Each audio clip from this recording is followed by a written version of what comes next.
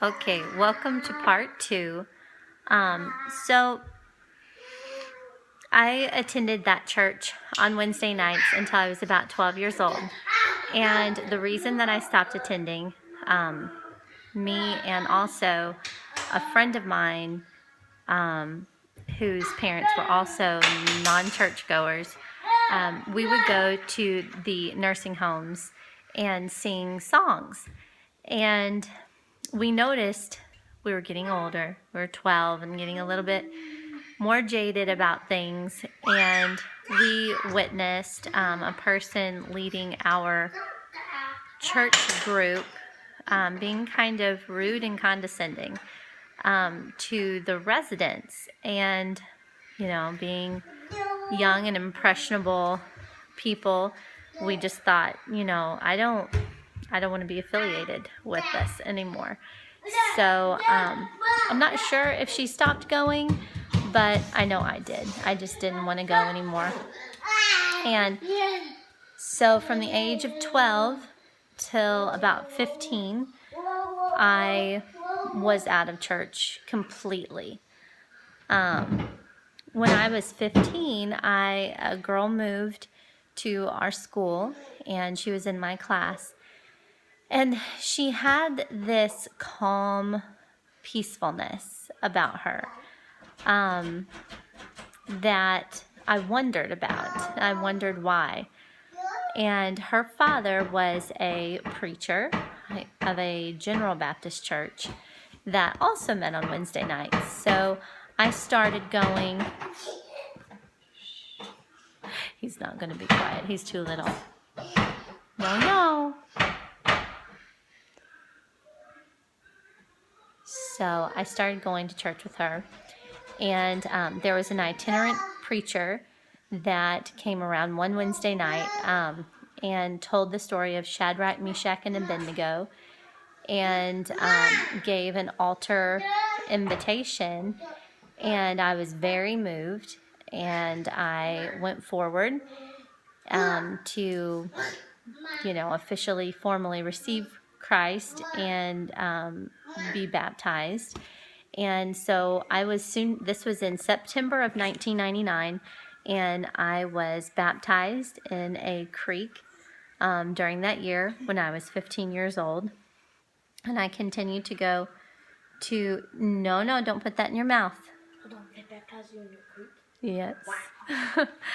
I continued to go to that church for several years, probably until I was about 17. It's hard for me to remember perfectly. So that wouldn't have been several years. That was just 2 years, but things seem a lot longer when you're a kid. So when I was 17, I started attending church with my boyfriend, who is now my husband, and he went to the First Baptist church in the town where he lived. So when I went to college, I stumbled. It was a very disconcerting time in my life. I had a serious boyfriend. My parents were absolutely unwaveringly determined that what happened to me, I was a good student in school, and 4 years of college were required of me. So I went, and as an only child, I didn't really know how to pinpoint what loneliness is, because I didn't have it to compare with anything else really, but just a pervasive sense of loneliness and despair and depression set in on me when I had to attend college. And the only thing that comforted me was to read the Bible at night. I mean, it wouldn't have mattered. I could have opened it to Numbers, and there was just an overwhelming, calming feeling that would wash over me reading God's Word. So I definitely grew in faith and clung to the Lord. And I discovered what I had never known for some reason, that there was a Christian literature section in Barnes & Noble.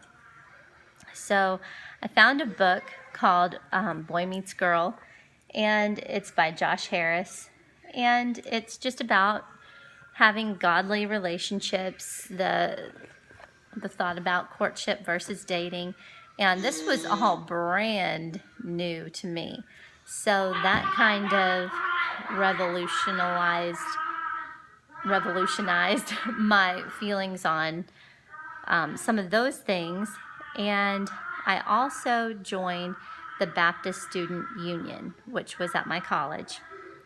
And I found there lots of young people who, seemed to be and really were, in many cases, very on fire for the things of God, for the love of Jesus, and all of that.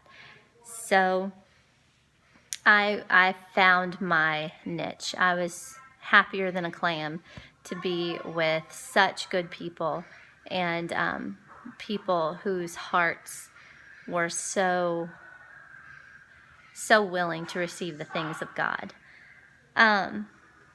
I joined every small group, every possible thing I could join at that point, wanted to surround myself with people like this. And it wasn't long before they were teaching me how to evangelize. And they gave me scriptural reasons for why this is mandatory of a follower of Christ. I'm listening to, if it's okay, what's going on with my baby. So, it is.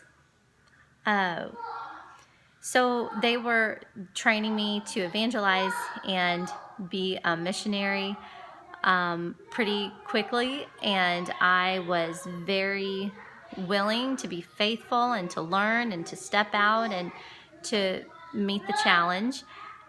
So we started, okay, so this is how it ties in.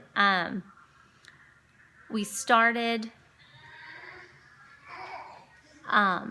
going on mission trips, and one of them was a spring break trip to Panama City, where we would provide bus rides and pancakes to the spring breakers that were often intoxicated and then hungover the next morning. And we would look for opportunities, if they're, why are you doing this, to share God's love with you and things like that, and prepared with scriptures should they ask us questions, ready to defend the faith, ready to explain the faith. And I did this. Well, okay, this is why it's important. This is my first definite seed of the Catholic faith. This is when Catholicism started to call my name, and I didn't realize it at this point. So I'm going to end here, and I'm sorry, but I'm going to have to do this on a part 3 because I upload these videos straight from my iPhone, and I'm not sure how long of a video I can do for each. So I really appreciate anyone giving the time to listen to my faith journey. And I hope you'll come back for part 3.